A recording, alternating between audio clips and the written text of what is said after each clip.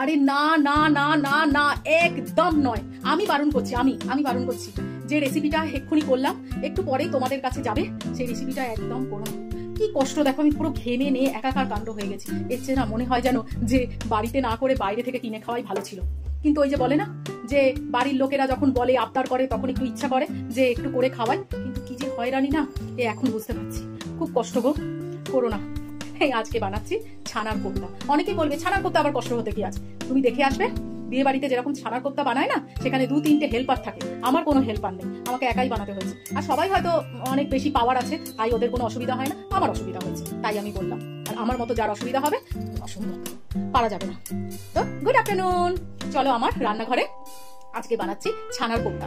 খেতে ভালো, কিন্তু করতে চলো রান্নাঘরে যাই, গিয়ে তোমাদের দেখাই ছানার কোপ্তা কিভাবে করলাম। তো চলো রান্নাঘরে এসে গেছি, কড়াই বসিয়ে দিয়েছি অলরেডি।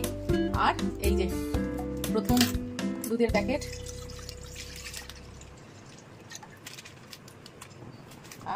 আর একটা দুধের প্যাকেট। এবার একবার শুধু একটু ফুটিয়ে নেবো।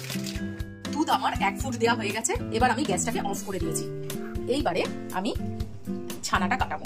তার জন্য ভিনিগার নিয়েছি। যতটা ভিনিগার নেবো ততটাই আমি জল নেবো। এবার একটু একটু করে এই ভিনিগার আর জল মেশানো জিনিসটা দিয়ে ছানাটা কাটিয়ে নেবো।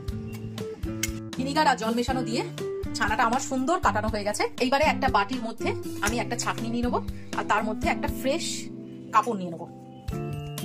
এইবারে ছানাটা এর মধ্যে জল ঝরতে দেবো। এইবারে আমি কি করব, এই ছানাটাকে একটু ফ্রেশ জল দিয়ে ধুয়ে নেবো, যেন ভিনিগারের ওই স্বাদটা চলে যায়। এইবারে ছানাটাকে এইভাবে রেখে একটা যে কোনো ভারী জিনিস, আমি যেমন একটা শিলনোড়ার নোড়া দিয়ে ভালো করে চাপা দিয়ে দিলাম, যাতে এই যে এক্সেস জলটা সেটা আস্তে আস্তে নিচে বাটিতে পড়ে যায়। ছানা থেকে পুরোপুরি জল ঝরিয়ে নিয়েছি। এইবারে একটা প্লেটের মধ্যে 1 চামচ, বড় 1 চামচের ময়দা নিয়েছি, আর এইখানে নিয়েছি একটু বেকিং সোডা। এর মধ্যে নিয়ে নেবো সামান্য একটু চিনি, সামান্য একটু নুন। এইবারে ছানাটাকে নিয়ে তালুতে করে খুব সুন্দর করে মেখে নেবো। একদম এরকম করে তালুতে করে মাখবো। 1 লিটার দুধ নিলাম, তার 8টা ছানার কোপ্তা হয়েছে। ভাবতে পারছো? আর এই 1 লিটারেই আমি যদি বাজার থেকে কিনে নিয়ে আসতাম, তাহলে এটাই হয়ে যেত 12টা। কম হোক কিন্তু ভালো হোক, তার জন্যই তো বাড়িতে খাওয়া না। আচ্ছা যাই হোক, এইবারে আমি কি করব, এই একটা কোপ্তা নেব। আর এইখানে আমি পেস্ট করে রেখে দিয়েছি একটু খোয়া ক্ষীর, আর কিছু গুঁড়ো পেস্তা, কিছু গুঁড়ো কাজু বাদাম, আর একটু জায়ফল গুঁড়ো। এবার এইটা একটু করে নেবো, আর এই যে এইটা একটু গর্ত করে এর মধ্যে ঢুকিয়ে গোল পাকিয়ে নেবো। তেল আমার ভালো মতো গরম হয়ে গেছে। দেখো একটু ধোঁয়া উঠছে, আমি ক্যামেরায় দেখাতে পারছি কিনা বুঝতে পারছি না, কিন্তু ধোঁয়া উঠছে। এইবারে আমি ফ্লেমটাকে একদম লো করে দিয়েছি। এইবারে একটা কোপ্তা ভাজতে দেবো। রাখলাম। এবার এই তেলের মধ্যে তেলটা একটুখানি কমিয়ে নিয়েছি, আর ফোড়ন দিয়ে দেবো শুকনো লঙ্কা আর জিরে, গোটা জিরে।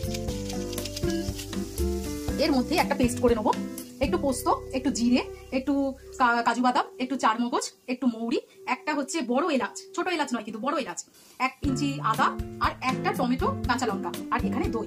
এই জিনিসটা একটু পেস্ট করে নেবো। ফোড়নের একটা সুন্দর গন্ধ বেরিয়ে গেছে। এর মধ্যে আমি দিয়ে দেবো এই পেস্টটা।